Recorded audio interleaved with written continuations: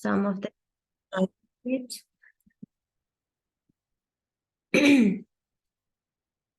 So these are the rules for plurals. We use ES for the hissing sounds like ch, sh, s, x. We drop Y. If there is a consonant before Y, then we drop Y. Okay. And we drop F, we add VES. And if there is no such rule and the spelling is changed without any rule, and or if the spelling remains same, then it is called irregular. Okay, so here are the examples like regular words where you have only S, hissing words where you use ES. If it is a consonant, then we replace Y, but if it is a vowel, then we do not replace and just add S. And these are the irregular ones where the spellings are changed. So we keep giving them every year new words to learn for the irregular plurals, irregular verbs.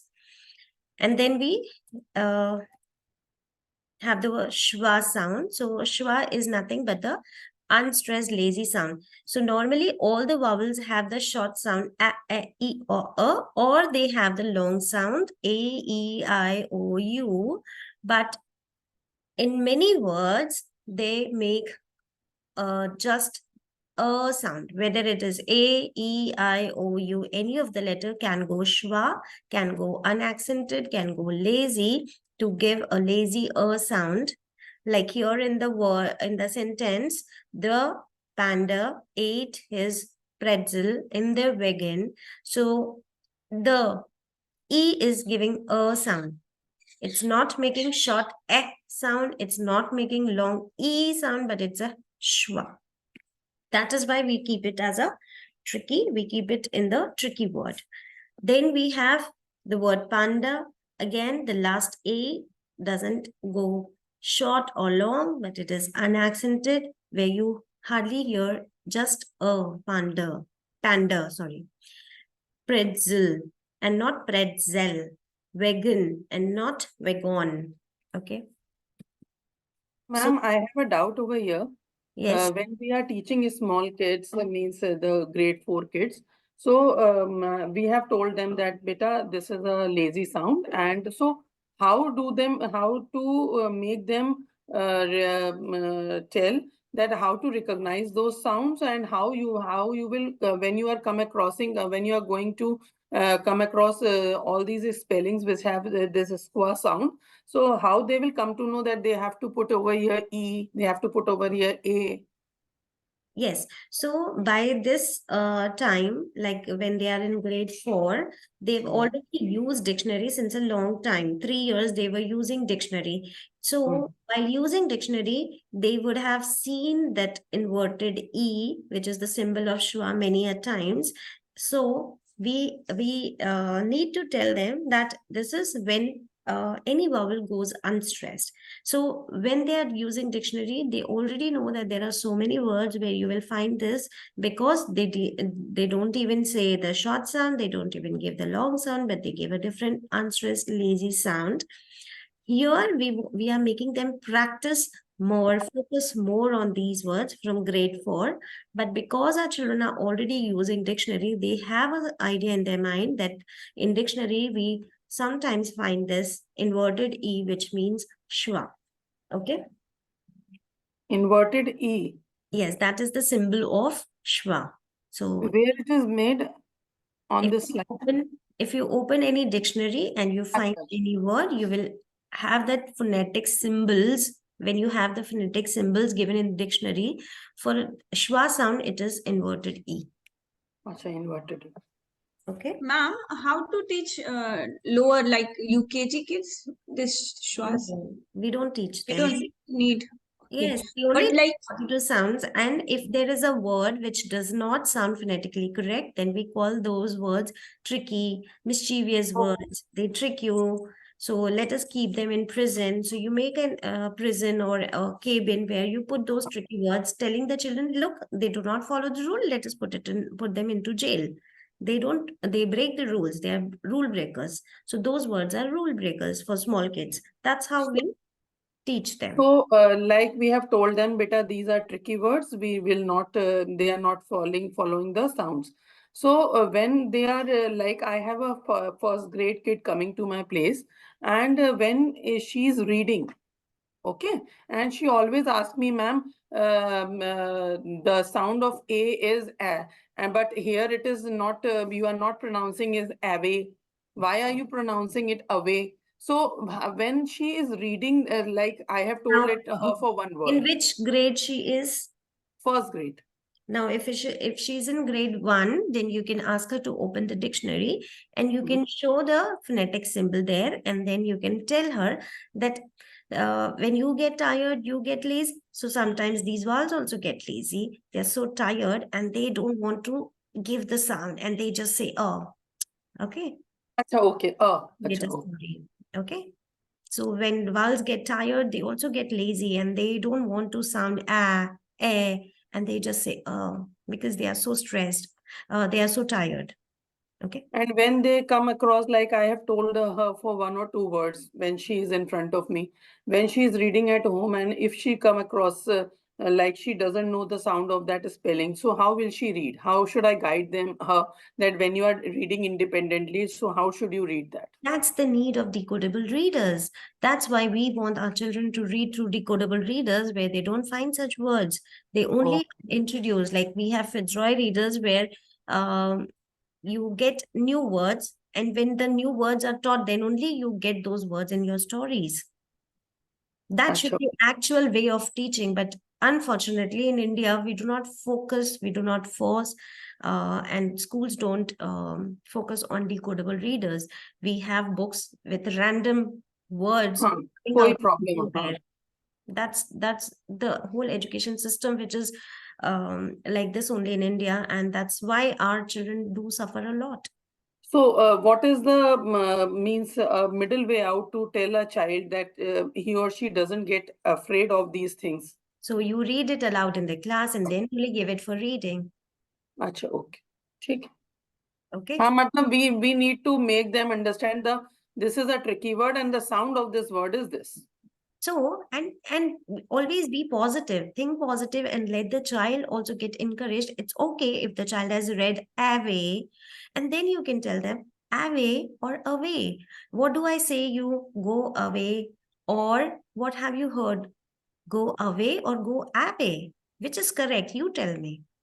अच्छा, okay, So ठीक. the more we talk with them in English, the more words they know of English, what they hear is correct. Away or away. You give them option and they will say away. So then you say, see, here the vowel has got tired and here schwa has come. अच्छा, okay, ठीक. Okay. Hmm. So it is the most common vowel sound. And actually, from where these schwa have come, actually, initially, people used to give the accented sound, but with period of time, when with the flow, with the fluency, you skip saying those sounds and in hurry, you just give it unaccented, lazy sound. And then it just started, everybody started speaking like that. And that's how the word lost its original pronunciation. Okay. Ma'am, when we are giving, like say, I have told the children that beta, this is a lazy sound and whatever we have taught. And when we are going to give them dictation, say reading is part is done. I have done aloud reading, but we are not encouraging them to done the learning of the spellings. So when I say I am saying husband or camel, okay, so how they are going to decode that we have to write E only or in BAND, A only comes in husband. So before dictation, make sure that your child has done a lot of reading of that word, has used that word again and again in reading or in games which you make them play using that flashcard. If they have made that flashcard, if they have put that flashcard in tricky word box, which you call a prison or a jail to break the rule. If the child has experienced that word so many times, has encountered that word so many times, then he might uh, make a mistake, but the moment he will write the spelling, he'll find something irritating or something, like for example, if he writes husband, when you say husband and he writes HUSBUND, automatically something will click and he will autocorrect that spelling to husband A, because he has created a visual memory for that word, because he has read that word again and again. So phonics will help the child to read correctly, and then many a times reading that word will create a visual memory, so when writing he will write the correct word. Okay. So in simple words, you can say practice makes man perfect. So, but at least how the child is benefited from phonics is he doesn't have to memorize 7 letters, but only one letter which is tricking here. Got the point? No, I get the point. Otherwise, he has to remember 7 letters. But now he knows that the tricky part has to be remembered, and that tricky part is A and not HU, because all the other words are not tricking. So the same concept like in my tuition, grade 3 and grade 4 children are also coming, and say I am giving them dictation from a chapter, and some new words come. So the same way I have to tell them also. Yes, and always when you are checking the dictation words, do not cut the entire mark. Like for 1 mark, if the child is writing, you have to cut the whole mark if the basic sound he has done wrong. Like in husband word, if my student has only made mistake for the tricky part, I will still give half mark. But yes, if he has not written B correctly, H correctly, which is phonetically correct, then I will cut. So the children will understand that this is alternative. Okay, you will Okay. always show that this is an alternative spelling. So for Okay. alternative spelling, I will get marks. But for basic 42 sound, if I make mistake, I will not get marks. Achha. Okay. So you can make them play these games where you can randomly give them words and they have to highlight, they have to open their dictionary and find UH or inverted E and then highlight. So in all these words, the children have highlighted the schwa sounds by exploring the dictionary. These tasks become very interesting when you give them words and you make groups in your class. Group A, Group B, Group C, Group D, who does it fast? So they will enjoy the task and they will learn something new, which is going to help them in making correct spellings. But the first thing we should take care as a teacher is that the activity which we do should be very interesting. And if you make them play in groups, so that is very helpful. Group activities are more helpful. Reason is the above average children, they teach the below average children there. And the below average child doesn't feel insecure or scared to come out because he is representing a team now. Got it? So as such, there are no particular rules, but yes, most of the times it is there for EL words, for any word which ends with A, for any word which begins with A, and for ON words. These are 4 most common words where you will find this schwa coming. So beginning A, ending A, EL words, and ON words. Okay. I did not understand this, ma'am. Can you please explain this? Schwa can come in any word, but if we look at maximum words which have schwa are these, where you have EL, where you have ON, where you have a beginning A or an ending A. Okay. We can also play roll it and read it, where you have taken out the words which have schwa, so they will roll the dice. Whichever word comes, they have to read that word and tell which letter is giving the schwa sound. Achha, okay. So then this will, what is going to happen with this activity, that they are going to register at the back of their mind that this letter is giving schwa sound. So I need to remember that I have to put over there EL, not A or something, which is correct. Exactly. This is what you are saying, no? Yes. Okay. Now we have done as common noun and proper noun, and these are concrete nouns. So what are concrete noun? Now we are dividing the common noun into three parts, and the first part is the concrete, where like the first thing which we did was a camera activity where the children clicked the pictures, right? Now that common noun is having three types, and one of the part is the concrete noun, where now you see that if you can click a picture is a concrete noun, or if you can touch it, if you can taste it, if you can smell it, if you can hear it, then it is a concrete noun. So anything which you can feel through your five senses is a concrete noun. Like you can see a picture, you can hear the drum, you can smell a flower, you can taste an ice cream, and you can touch the fur of a rabbit, right? But if you cannot sense it through your five senses, then it is an abstract noun. So if you cannot hear something, you cannot smell, you cannot taste, you cannot touch, you cannot see, is an abstract noun, like excitement, curiosity, jealousy, pleasure, sickness, anger. So these are something which you cannot see. You don't know the size of excitement. You cannot tell the color of jealousy. You do not know the texture of sickness. That means it is not physically present. It's just an idea created. Okay. So something which is not physically present is an idea, and that's an abstract noun. So it's a feeling, you can say, what you can feel as an emotion, excitement. So it's also something related to our emotions. Okay. So these are the examples of abstract noun. Now here you have to quickly do this, where you have to find out proper, concrete, and so proper is easy. Any special name which begins with a capital is a proper noun. Concrete, if you can feel through your five senses, and abstract, which is just which you cannot sense through your senses, but it is just a feeling. Okay. We can play a game in the class for these.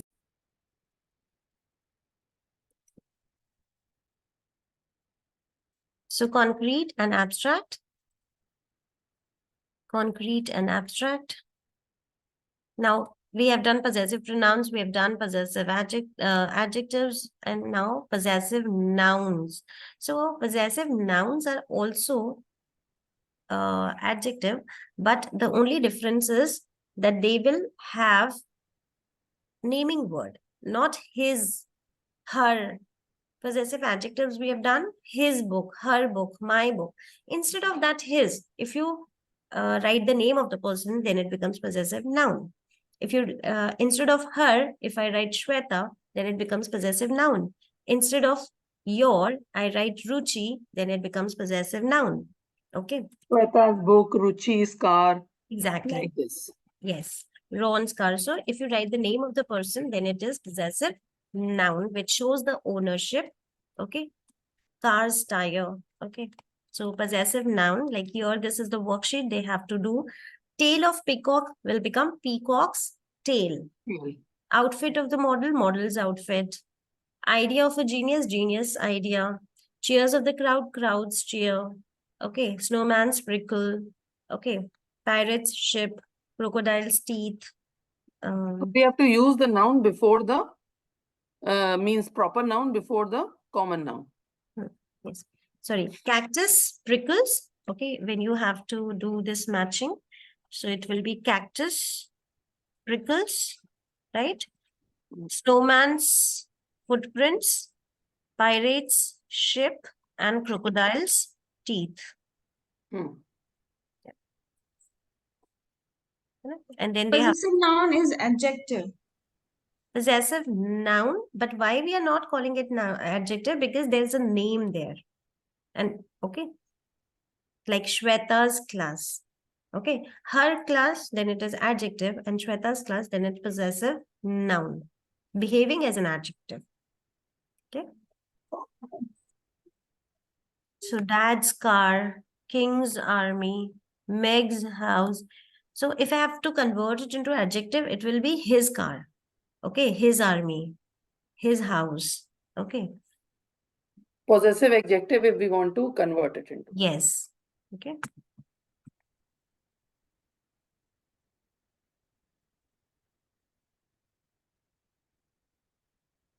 So what is present participle? ING. When you add an ing, that becomes a present participle. Now, this present participle is majorly used where?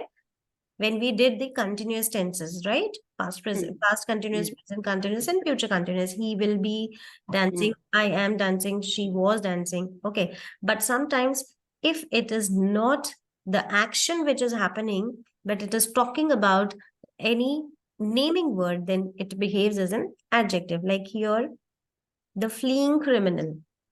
Okay. So it's talking about criminal, how the criminal was. But in the second sentence, he was waving. There, the work is happening. The action is happening. And so it is verb tense. Okay. So the screaming boy ran out of the ghost train. So actual action which is happening is ran, not scream. It is about the boy. We are telling that the screaming boy. So present participles can be used as adjectives to describe nouns. Okay. So can you add any naming word to these? Collapsing can be any naming word. Collapsing building. Terrifying. Terrifying movie. Sparkling. Stars. Interesting. Cereal. Racing. The racing horse. Cheering. Children. Boiling. Water. Melting. Ice. Ice cubes. Anything. Okay. So, don't you think that these worksheets are more attractive for the child to do rather Yes. than our normal black and white worksheets where 20 sentences are written and the child is not even able to understand the concept? No, definitely. These worksheets are very interesting. And these are all from grammar books, no? Yes, these are from grammar books. So you can see that how beautifully just how they are different. Just because the concept is focused rather than writing 20 sentences, we are lessening the amount of the number of words in the worksheet, but focusing on the key point that, okay, a collapsing, I don't want the child to read 20 sentences. I only want the child to understand the concept. So when I write this in a colorful, attractive way where it's colorful, all colors are there, a collapsing dash. With one word, the child gets the concept that, okay, collapsing is an adjective because it is talking about the chair. Sparkling is an adjective because it is talking. So we are not diverting the mind of the child by boring text written all over the page, but we are focusing on the core part. That's how Jolly Grammar brings the difference, where the concepts are very clear. Got it? That's right. Because when in the grammar books, the regular grammar books, the child, when he or she is reading those sentences and the explanation, they actually got stuck up somewhere or the other and they are not able to understand the concept. Even the concept is written easily in those books, but the child is not able to grasp it. Especially the visual learners, they focus, they find colors, they focus there. So highlighters are very important. That's why we keep telling our children to highlight the keywords, highlight the keywords. Okay. Then comes comparative and superlative, which we did earlier. Now here we are taking more and most. So if the word is already a big word, then it's very difficult to make it even longer by adding ER and EST. And so longer words have more and most. Mostly we can say that 3-syllable words are having more and most, or even if a 2-syllable word but it has many letters in it, then we rather putting ER, put more and most.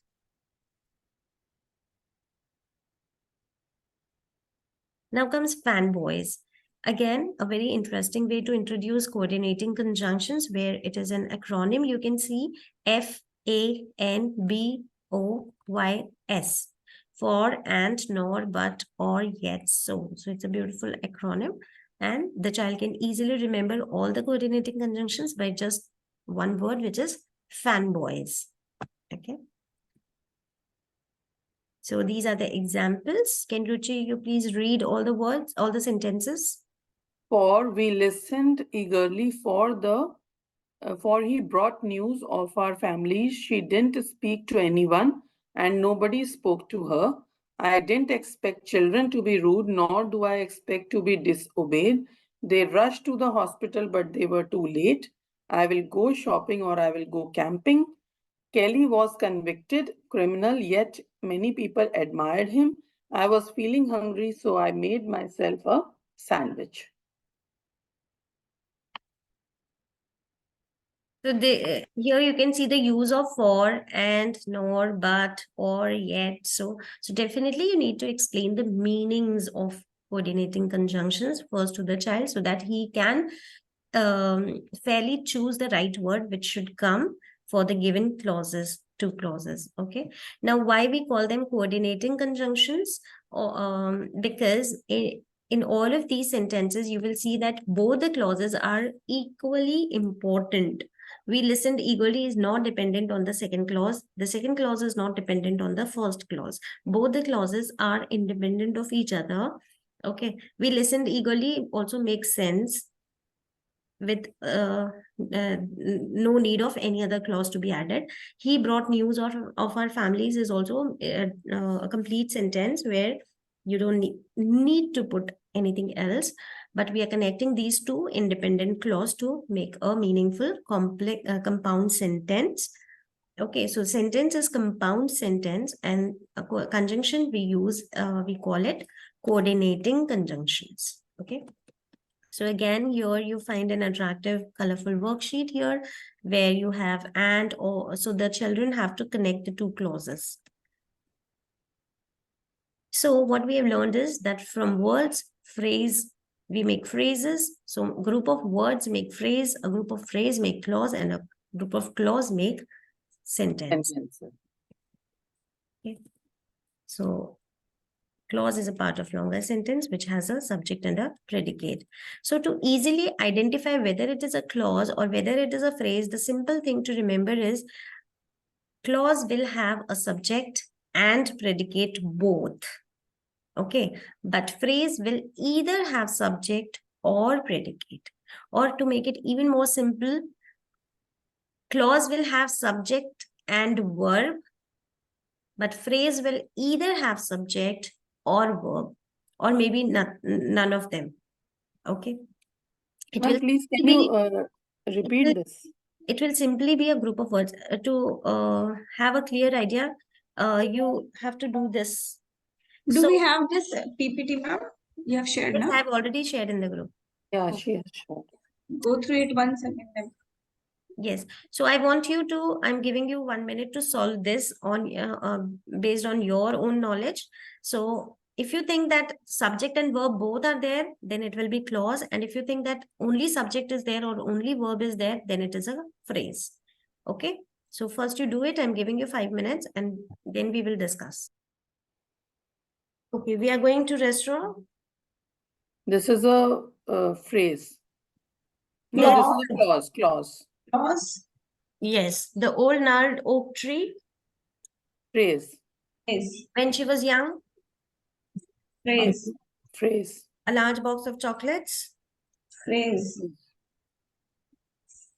Sorry, when she was young is a Phrase. No, it's a clause. nahi, acha, subject is there and yes, it's a clause. Okay. So And where is verb? Young?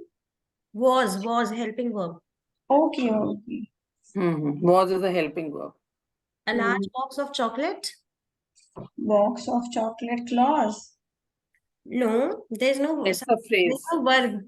Okay. Under the mistletoe. Under the mistletoe is Phrase. a phrase. They were digging up a fossil. Clause. Clause. While we waited outside. Clause. Waited. Clause. Clause, yeah. At the bottom of the box. Phrase. Although she was tired. Yes. Although she was tired. Clause. Clause. Clause. He will write a sequel. Clause. The blacksmith's anvil. Phrase. Okay. Is it? Yes. The lady with a hat. The lady with the hat is a clause. As he ran around the corner. Clause. Inside the dark wardrobe. The dark wardrobe. It's a phrase. The cook was adding some basil to the stew. Clause. Yes. So we can ask the children to cut phrases and clauses from any magazines or storybooks and paste. That can be an activity for the senior kids. Now, what is an infinitive? When you have one more verb, which is not the action which is happening, and it has two, TO2, then it is infinitive, like to fish, to explode, to snow. When we have a verb and before the verb to is written. Two was there. Yes. Like to So this is the game which we can play where we give chance to every student to finish the sentence. So I want both of you to take one, alternate and finish the sentences. Please go ahead. I want to dance. Yes, so to dance will be infinitive. Okay. Rinku, I didn't understand, ma'am, what to do. you need to complete the second one. He needs to, you have to put to and finish the sentence. He needs to go to the washroom. Yes. Next. I hope to get good marks in exam. Why do you go to parties? I go to parties to. Acha, why do you go to parties? I have to take this. So this Rinku ma'am can take. I have taken the fourth one. Okay. Which one? Why? There is Why do you go to parties? To enjoy. Why do you go to parties? To You have to enjoy. answer. Yes. To enjoy. They need to learn. They need to practice. Yes. I would like to have muffins. It's fun to watch a movie. I forgot the password. I forgot to. To, you have to use to. To, you have to use to. I forgot to bring. I forgot to bring toy. He forgot to bring his books. I want to dance. They decided to go to a movie. He promised to bring cake. They would like to come home. Why do you drink so much? Okay. Okay, so these are To infinite. keep hydrated. Now, what is onomatopoeia? Onomatopoeia is a word that imitates or suggests the source of the sound that it makes. Okay. Means this is the first time I'm hearing this thing. Onomatopoeia is any sound. What comes to your mind when you hear splash? Okay, like splash, bush, or crack, Acha. boom. Those Is any in sound. comics we hear those things. Yes. So they actually yes. make us feel that sound. Clap. So they give us this sense of that sound. Okay. Like instead of saying the water entered, when I say the flood water gushed in through the town, you can actually imagine the sound of that water coming, gushing through the town. They give you a feeling. Yes. These are called figure of speech, which adds value to your sentence, which enhances the beauty of your sentence. You can say which improves your creative writing skills. Yes. Okay. This is something new which I heard today. Okay, so these are the simple words which we give initially, and then they can be given more. They have to match, or they can have this kind of a test. This is the worksheet in the Jolly Grammar book. Now hyphens, where do we use these hyphens? We use these hyphens for number names 40-2, 50-8, 20-1. So hyphens are used. That's a small line that link words together. So they are used to join the compound numbers. Okay. They're also used to join compound words when the first word is a letter. Okay, like X-ray. So the first word is a single letter. U-turn. T-shirt. So in all the words where you have compound word and the first word is represented by a single letter, then we use hyphen. And hyphens are also used for two adjectives. Okay, like when I say, have you got some left-handed scissor? So how is the scissor? Left-handed. So there are two words. And left is talking about scissor or left is talking about hand? Hand. Yes. So to show the connection of the two adjectives with each other, we put a hyphen. Acha, okay. Okay.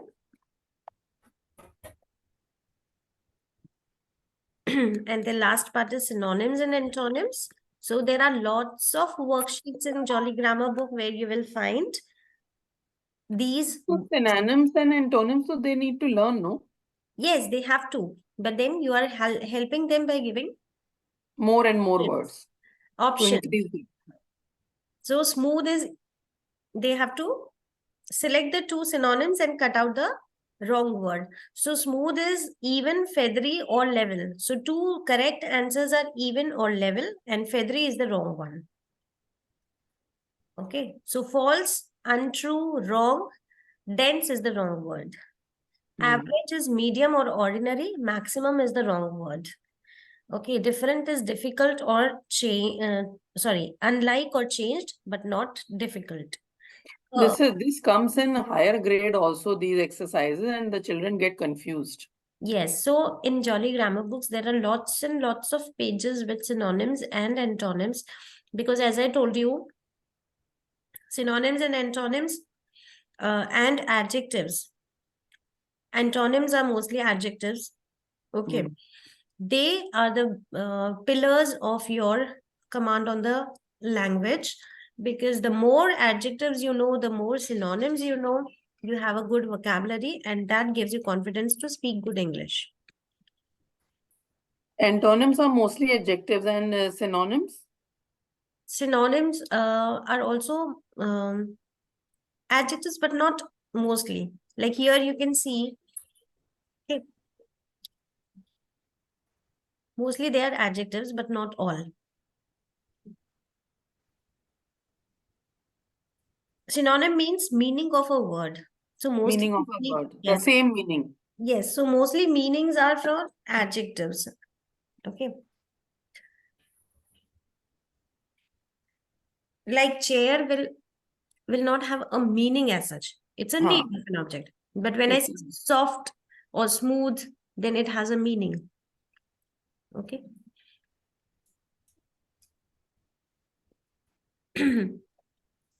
So go through the recording. I'll share the recording. Okay.